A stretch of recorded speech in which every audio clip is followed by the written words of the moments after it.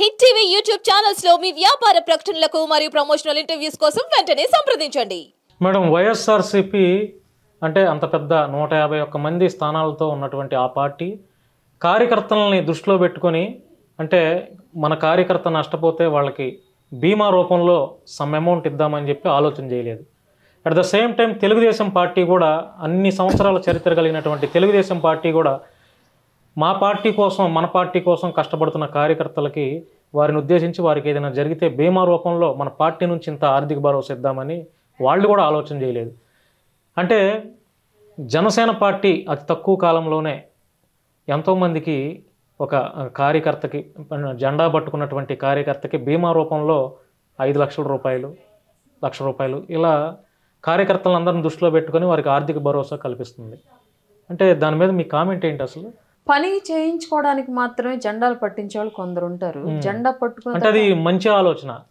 జెండా పట్టించిన వాళ్ళకి భరోసా ఇవ్వాలి ఖచ్చితంగా. మన జెండా పట్టుకున్నాడు కాబట్టి అతని కుటుంబాన్ని కూడా బాధ్యతగా మనం వ్యవహరించాలనే బాధ్యత పవన్ కళ్యాణ్ గారు. ఆయన ఫస్ట్ నుంచి చెల్లించే గుణం ఎక్కువ, దానం చేసే మనస్తత్వం ఎక్కువ, సహాయం చేసే మనస్తత్వం ఎక్కువ. అట్లాంటి వ్యక్తికి అతని పార్టీలో జెండా పట్టుకున్నటువంటి కార్యకర్తకి ఏమైనా జరిగితే అతను పట్టించుకోతే ఇంకెవరు పట్టించుకుంటారు? ఇవాళ నేనున్నా నిరంతరం పార్టీ కోసం చేస్తున్నా. రేపు నాకే ఏదన్నా అయింది, నా పిల్లలకు భరోసా ఏంటి? అప్పుడు నా పిల్లలు నా భర్త, నా పిల్లలు నా భర్త అనుకుంటారు. ఉన్నన్ని రోజులు పార్టీ పార్టీ పార్టీ అని చేసి వెళ్ళింది, ఇవాళ మమ్మల్ని వదిలేసి వెళ్ళిపోయింది. ఇంట్లో ఉన్న బాగుండేది, మాకు తోడుగా అండగా ఉండేది, ఏదైనా 1 రూపాయి సంపాదించుకునేవాళ్ళం. బట్ ఇవాళ తను ఏం చేయలేకపోయింది, తను వెళ్ళిపోయింది, వాళ్ళ మా పరిస్థితి ఏంటంటే నా పిల్లలు రోడ్డున పడతారు. అట్లాంటి వాళ్ళని, మనల్ని నమ్ముకొని పనిచేసిన కార్యకర్త కోసం నిలబడాల్సిన అవసరం మనకుంది అని బలంగా భావించారు. కాబట్టి పవన్ కళ్యాణ్ గారు ఇవాళ క్రియాశీలక సభ్యత్వ ఇన్సూరెన్స్ బీమా అనేది పెట్టారు. పనిచేస్తున్నాం, ఎలాగో 5 రూపాయలు 500 పోగొడితే మనకు ఒక భరోసా ఉంటుంది. ఏం జరిగిందో మనకు తెలియదు. మొన్న ఒక అబ్బాయి అన్నాడు, బ్యానర్ కడితే కరెంట్ షాక్ కొట్టి చనిపోయాడు, బీమా చేయించాలి, వాళ్ళ భూమని ఏడుస్తున్నాడు. ఇప్పుడు ఏం చేయలేము. చందాలు వేస్తే ఎంత వేస్తాం? 1 లక్ష వేస్తాము, ఇంకొక 50,000 వేస్తారేమో, 5 లక్షలు ఇవ్వలేంగా మేము మా స్థాయికి. కళ్యాణ్ గారికి చెప్తాము, ఇట్లా ఎంతమందికి ఇవ్వగలడు కళ్యాణ్ గారు 5 లక్షలు సొంత డబ్బులు? బీమా చేస్తే ఆ బీమా అనేది భద్రంగా ఉండిద్ది. ఏమైనా జరిగితే ఎవరు ప్రమాదం జరగాలని కోరుకోరు. అనుకోకుండా జరిగితే ఆ కుటుంబం రోడ్డున పడకూడదు. రోడ్డు యాక్సిడెంట్లో పోయేది ప్రాణమే, కానీ మిగులున్న ప్రాణాలన్నీ రోడ్డునే ఉంటాయి ఆ కుటుంబానికి సంబంధించి. అట్లాంటి పరిస్థితి కలగకూడదు. ఆ రోడ్డున పడే కుటుంబాలను ఆపాలి అనేది పవన్ కళ్యాణ్ గారి యొక్క ఆలోచన.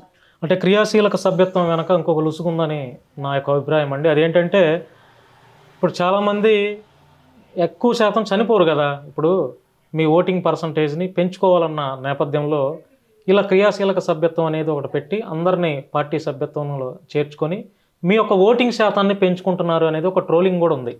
ఓటింగ్ చేసిన ప్రతి ఒక్కళ్ళు, క్రియాశీలక సభ్యత్వం చేసిన ప్రతి ఒక్కళ్ళు ఓటేస్తారని మీరు ఎలా అనుకోగలరు? అంటే 18+ కదా మీరు జాయిన్ చేసుకునేది. 18 to 60 మధ్యలో వాళ్ళందరూ ఓటు హక్కు కలిగి ఉంటారు కదా. మా పార్టీలో పనిచేస్తున్న కార్యకర్తలకే ఈ క్రియాశీలక సభ్యత్వం. అంతే. అంటే యాక్టివ్ గా పనిచేస్తున్నటువంటి కార్యకర్తకి, మా పార్టీ జెండా పట్టుకుని మా కోసం పనిచేస్తున్నటువంటి కార్యకర్తకి ఇస్తున్న బీమాని క్రియాశీలక సభ్యత్వ బీమా. ఇందులో ఎలాంటి సందేహం లేదు. ఎవరన్నా ఇంట్రెస్ట్ ఉండి బయట ఓటర్ ఎవరైనా సరే, మేము పనిచేస్తాం ఇక్కడ నుంచి, మాకు గుర్తింపు ఇవ్వండి అని చెప్పేసి వచ్చి అడిగితే 100% మేము చేస్తున్నాం. అంటే అది ఓన్లీ కార్యకర్తలకు మాత్రం, కార్యకర్తలకే ఆ బీమా భరోసా. అందులో ఇప్పుడు జనసేన అంటే మీకు ఇంట్రెస్ట్ ఉంది, సపోజ్ మీరు ఇప్పుడు వరకు వేరే పార్టీ పనిచేశారు, మీకు జనసేన అంటే ఇంట్రెస్ట్ ఉంది, మీరు జెండా పట్టుకుంటే సిద్ధంగా ఉన్నారు, ఎట్లాగో జెండా పట్టుకుంటున్నావు కదా, మేము భరోసా ఇస్తాం తీసుకోరే పొద్దున్న నీకు ఏదైతే మేము ఉన్నాం. దాంట్లో ఒక లుసుగు ఇంక వేరేదైతే ఏం లేదు. ఇంకా అలా అయితే ఇల్లు తిరిగి అదొక పనిగా కట్టుకొని చిట్టీలు రాసుకొని 500 కట్టండి మీకు బీమా ఇస్తాం, రాబోయే రోజులు అది కూడా చేయొచ్చాము. ఎక్కడ చేస్తాము అంటే జనసేన ఫేవర్గా ఉన్న వాళ్ళకి చేస్తాం. వెళ్ళి ఒక టీడీపీ వాళ్ళ దగ్గరికి వెళ్ళి, వైసీపీ వాళ్ళ దగ్గరికి వెళ్ళి అడగం. జనసేన అంటే ఇంట్రెస్ట్ ఉండి మేము క్రియాశీలకంగా పాల్గొనడానికి సిద్ధంగా ఉన్నామని చెప్పేసి బయటకు వచ్చిన వాళ్ళకి సభ్యత్వం చేస్తాం. మేడం, ఇప్పుడు జనసేన పార్టీకి చాలామంది సపోర్ట్ చేశారంటే ఉదాహరణకు ఒక 2 పేర్లు చెప్తాను.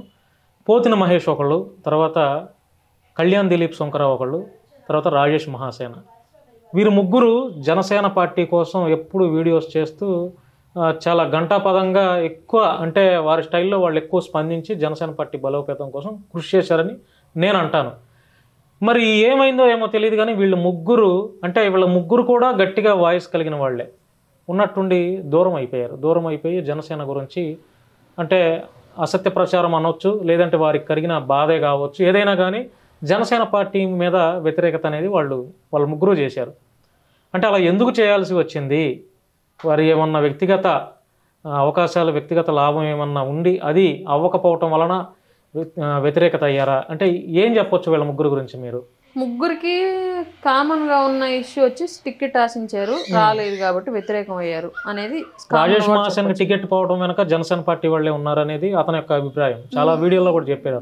అతని అభిప్రాయం ఏంటొచ్చాము కానీ యాక్చువల్గా రాజేష్ మహాసేన టికెట్ పోవడానికి మెయిన్ కాదు కారణం, వైసీపీ కారణం. అతని పాత వీడియోలన్నీ డిగ్ చేసి మరి అది చేసింది జనసేన వాళ్ళేగా. జనసేన కాదండి, వైసీపీ వాళ్ళు ట్రోల్ చేశారు ఆ వీడియోస్ అన్ని కూడా. జనసేనకి ఆ వీడియోస్ మళ్ళీ పాతవి తీసుకొచ్చి బయట పెట్టడానికి జనసేనకి సంబంధం లేదు అసలు. యాక్చువల్గా జనసేన లోకల్గా ఆ టికెట్ మాకు ఇవ్వండి, మేము ఇన్ని సర్పంచులు జడ్పీటీసీలు ఇంతకుముందు గెలుచుకుని ఉన్నాం, ఈ టికెట్ టీడీపీకి ఎందుకు మాకు ఇవ్వండి అనే ఫైట్ చేశారు. ఇప్పుడు ఎట్లా అయితే రాజమండ్రి ఇంకా 3-4 చోట్ల ఫైట్ చేశారు మా వాళ్ళు, ఇది బలమైన సీటు కదా మీరు ఎట్లా ఇస్తారని చెప్పేసి టీడీపీకి. అట్లాంటి ఏరియాల్లో లాగి గన్నవరంలో కూడా అడిగారు తప్ప ఇతన్ని నెగిటివ్ చేయలే. అక్కడ మనం టికెట్ కోల్పోవద్దు, టికెట్ తీసుకోండి మనకనే క్వశ్చన్ చేశారు తప్ప ఇతను నెగిటివ్ చేయలే. మేబీ టీడీపీ ఇతను కాబట్టి ఇంకొకరు టీడీపీ వాళ్ళని పెట్టుండేదేమో బహుశా, అట్లా చేసి ఉంటే. మేము అట్లా చేయలేము, క్వశ్చన్ చేసింది ఒకటే, మేము ఎందుకు ఈ టికెట్ వాళ్ళకి మనం తీసుకుందాం అన్న కాన్సెప్ట్లో వెళ్ళారు మా వాళ్ళు. కానీ రాజేష్ మహాసేనని వాంటెడ్గా టార్గెట్ చేసి పాత వీడియోలన్నీ తీసి బయటకు కక్ష తీర్చుకుంది వైసీపీ. పాత వీడియోలు మొత్తం డిగ్ చేసి YCP paid social media handles ఏవైతే ఉన్నాయో, పెయిడ్ యూట్యూబ్ ఛానల్స్ ఏవైతే ఉన్నాయి మొత్తం వేసాయి అతను వీడియోస్. పాత మాట్లాడినవని. మనిషి మారుతాడు సహజంగా. అప్పుడు మాట్లాడిన మాటలు మేబీ అతను మార్చుకున్నాడేమో తెలియదు. మారిన తర్వాత టీడీపీ టికెట్ ఇచ్చిన అది కూడా మనకు తెలియదు. కానీ వైసీపీ అతని మీద పగ తీర్చుకుంది. దాన్ని ఆయన మేబీ వైసీపీతో ఫైట్ చేయలేని అనుకున్నాడా, లేదంటే జనసేన టార్గెట్ అంటే ఆ టికెట్ పోవటం వెనక వైసీపీ వాళ్ళు ఉన్నారా జనసేన వాళ్ళు ఉన్నారా అని ఆలోచన చేసుకోలేనంత వయసు ఆయనకు లేదంటారా? ఇన్ని వీడియోలు మాట్లాడుతూ ఇంత అనలైస్ట్ చేస్తూ ఉన్నాడు కదా ఆయన. అంటే ఆయన ఇప్పుడు వీడియోలో రీసెంట్గా వీడియోలో కూడా చూసుకుంటే ఆయన వీడియో మొత్తం మాట్లాడిన తర్వాత ఎండ్ చేసిన తర్వాత జై భీమ్, జై భారత్, జై మహాసేన, జై తెలుగుదేశం, జై లోకేష్ అని అంటాడు. జై పవన్ కళ్యాణ్ అనట్లేదు, జై జనసేన. ఇంతకుముందు అన్నారు మళ్ళీ జై జనసేన, జై పవన్ కళ్యాణ్, ఇప్పుడు అనటం లేదు. అంటే దాని వెనక ఏంటి? ఇంతకుముందు అంటే ఆయన అప్పుడు టీడీపీ జనసేన జెండా కప్పుకోవాలి. ఆయన జై జనసేన అన్నప్పుడు కానీ జనసేనకు సపోర్ట్ చేశారు, రావాలని వెయిటింగ్ లో ఉన్నాడు. బట్ ఆయనకి ఎందుకనో పార్టీలో ఇవ్వలేదు యాక్సెస్. నాకు తెలియదు కారణాలు ఏంటనేది నాకు తెలియదు ఇప్పుడు. ఎందుకంటే నా పరిధి ఒక ఇల్లు, ఒక ఊరు, ఒక జిల్లా అనుకుంటే కళ్యాణ్ గారి పరిధి ఒక రాష్ట్రం, ఒక దేశం. సో రాజేష్ మహాసేన గారి గురించి కళ్యాణ్ గారికి ఏం తెలుసో నాకు తెలియదు. పార్టీకి ఎందుకో యాక్సెస్ ఇవ్వలేదు అది కూడా నాకు తెలియదు. బట్ అతను జనసేన అపార్థం చేసుకోవడం మాత్రం ముమ్మాటికి తప్పే. జనసేనకి అతను టికెట్ పోవడానికి ఏ సంబంధం లేదు. జనసేన ఆ సీటు మాకు ఇవ్వండి అని అడిగింది తప్ప అతని మీద ఏమి నెగిటివ్ చేయలేదు. అతను పాత వీడియోలని తీసి తొవ్వి మరీ బయటికి పెట్టింది వైసీపీ. వాళ్ళని తిట్టినందుకు పగ తీర్చుకున్నారు వాళ్ళు. అతను ఎందుకు అట్లా రివర్స్ అయ్యాడో, అతన్ని ఇప్పటికి కూడా ఎందుకు యాక్సెప్ట్ చేయట్లేదు అంటే అతని వాయిస్ని ఎందుకు కంట్రోల్ చేయడానికి పెద్దలు ప్రయత్నించట్లేదు నాకు తెలియదు. ఇది కూడా నాకు తెలియదు, అదైతే నాకు తెలియదు.